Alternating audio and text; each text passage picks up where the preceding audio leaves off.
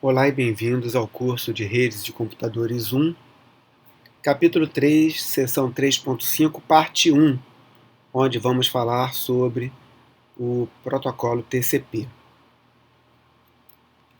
TCP, a gente já comentou, ele é um protocolo confiável, ponto a ponto, entre um processo remetente e um processo destinatário. Ele é full duplex, ambos os processos podem escrever e ler dados um para o outro. Mas ele possui apenas, então, um remetente e um destinatário.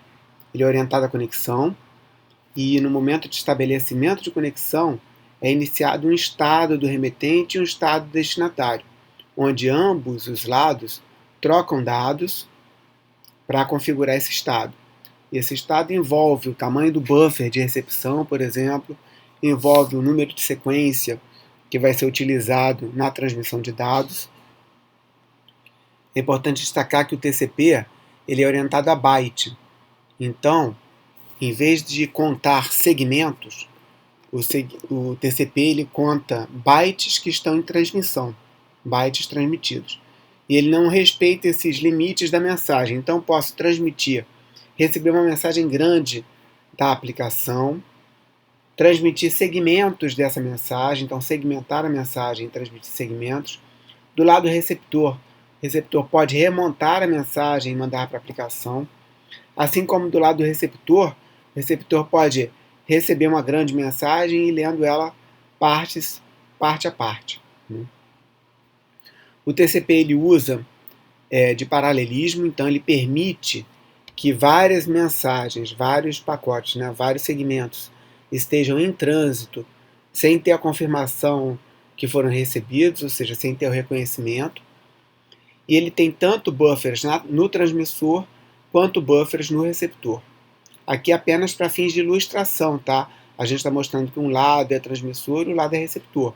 Mas na prática, ambos os lados podem transmitir e receber. Então esse lado tem toda a estrutura de dados de transmissão quanto de recepção e vice-versa. Então todos os dois lados têm buffers de envio e de recepção. Uma variável utilizada no controle de transmissão do TCP é o tamanho máximo do segmento, ou MSS, Maximum Segment Size, que em geral é em torno de 1500 bytes. Para o paralelismo, para determinar o número de segmentos que podem estar em trânsito sem reconhecimento, tanto o controle de congestionamento do TCP quanto o controle de fluxo do TCP vão variar o tamanho máximo da janela, que é a janela que vai permitir e vai limitar o número máximo de segmentos, o número máximo de bytes que podem estar em trânsito. Lembrando sempre que o TCP é orientado a byte. Já falamos sobre o controle de fluxo, controle de congestionamento, mas lembrando aqui que o TCP é um protocolo que controla o fluxo, então ele limita a quantidade de dados que são transmitidos na rede de forma a não sobrecarregar o destinatário.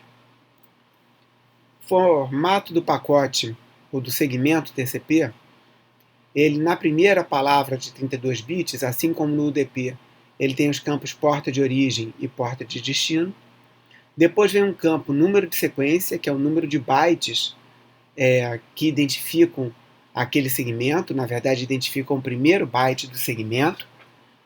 O número de ACK, ou número de reconhecimento, é também o número do byte, o número de sequência do byte que ele espera receber do outro lado. Tem um conjunto de flags, que são usados alguns para controle de estabelecimento e gestão da conexão. Então, o bit reset, bit R, é um bit para resetar a conexão, o bit SYN é um bit para estabelecer a conexão e o bit FIN, F, é um bit para finalizar a conexão. Aqui tem outros bits não utilizados, bits de dados urgentes, mas temos também o bit ACK, que é setado para todos os segmentos, exceto para o primeiro segmento que estabelece uma conexão, que é o segmento que começa com bit SYN setado. Então, o único segmento de toda uma conexão TCP que não tem o bit ACK setado é o primeiro. Temos um checksum no cabeçalho. A janela de recepção é um campo muito importante para controle de fluxo, porque ela tem ali atualizado a cada segmento que o transmissor recebe, né? A cada segmento que ele recebe, ele tem a informação do lado receptor quantos bytes estão disponíveis lá no buffer, nesse buffer de recepção. Então, toda vez que o receptor manda um ACK, o bit ACK vai estar setado e o campo janela de recepção vai indicar quantos bytes estão disponíveis naquele buffer de recepção.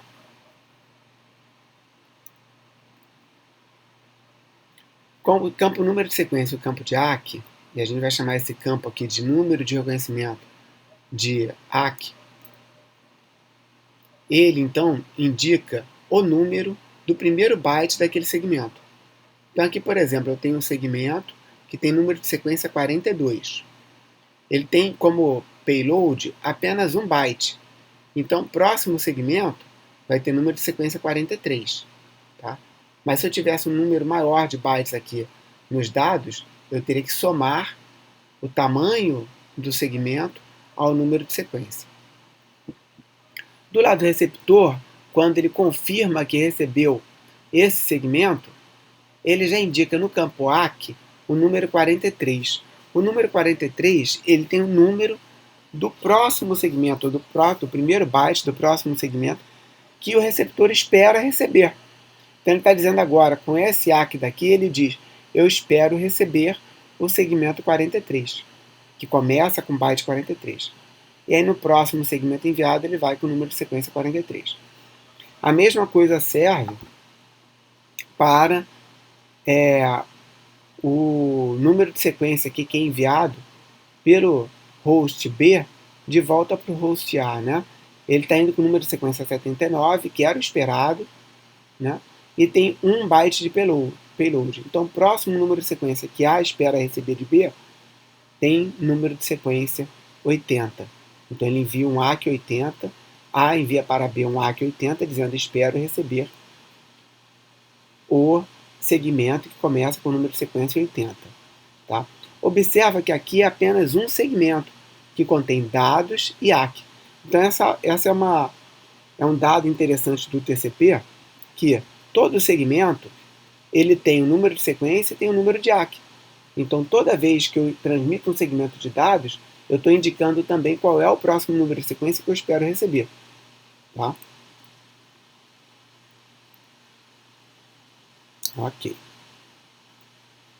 Aqui uma observação apenas é que, e se segmentos chegarem fora de ordem, ou seja, se eu receber um segmento aqui com um número de sequência maior do que o que eu estou esperando. Então, B está dizendo para A que está esperando o número de sequência 43. Se ele recebesse um número de sequência com valor maior do que 43, o que ele deve fazer? A norma do TCP não especifica. E aí cada implementação do TCP pode decidir armazenar isso em buffer ou não. Vocês vão ver na prática que existem várias versões do TCP em uso na internet. TCP Tarro, TCP Rhino, TCP New Rhino, TCP Vegas, TCP Westwood, são nomes de versões do TCP que existem na internet.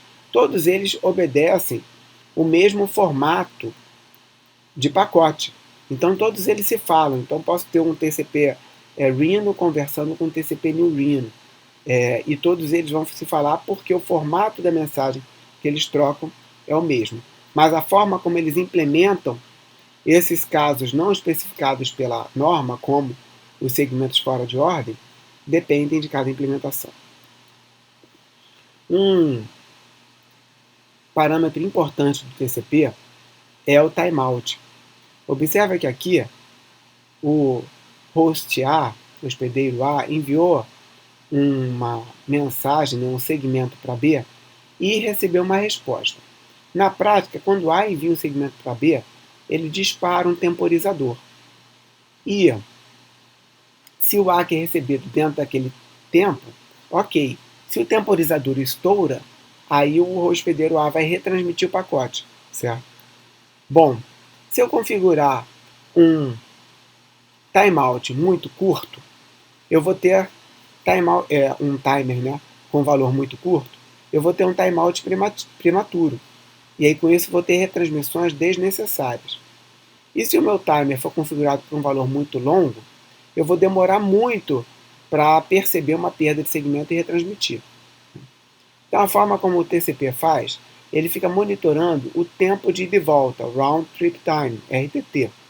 Ele monitora o RTT e fica acumulando as amostras de RTT, então que sempre o RTT é uma amostra do tempo de ida e volta, que é o tempo medido entre a transmissão de um segmento até a recepção de um ACK.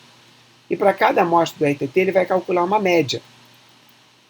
E a média, que é esse estimated RTT, é o valor médio do RTT, é dado por essa equação, 1 menos alfa vezes a média, mais alfa vezes a amostra atual. E aí com isso eu tenho uma média móvel exponencialmente ponderada. Na prática, o valor de alfa varia para cada implementação, mas um valor típico é da ordem de 0,125, dando pouco peso para a amostra atual e mais peso para a média histórica. Então aqui um exemplo, né? Eu tenho aqui uma série de amostras de valores de RTT que variam bastante, e aqui eu tenho o RTT estimado aqui no meio, que é o valor médio. Então ele filtra um pouco essas oscilações do RTT e não varia tanto. E aí com isso eu tenho o valor médio. O valor médio é muito ruim, seria muito ruim para eu setar o valor do timer para esse valor médio, né? Porque toda vez que eu tivesse uma amostra com valor de RTT acima da média, isso significa que o tempo de ida e volta, na prática, foi maior do que o valor que eu configurei para o meu timeout. E aí o timer ia estourar e ia retransmitir, o TCP ia retransmitir o segmento desnecessariamente. Bom, para evitar isso, além de medir o valor médio do RTT, o TCP também mede o desvio médio do RTT.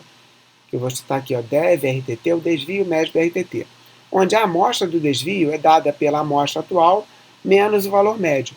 Então, uma amostra atual, aqui eu peguei essa amostra atual de RTT, menos o valor médio, dá exatamente essa distância aqui entre a amostra e a média, que a gente vai chamar de desvio. E calculando da mesma forma o desvio médio, como 1 menos beta vezes o desvio médio, mais beta vezes a amostra atual do desvio, onde beta normalmente é 0,25, eu vou então ter um valor médio para esse desvio.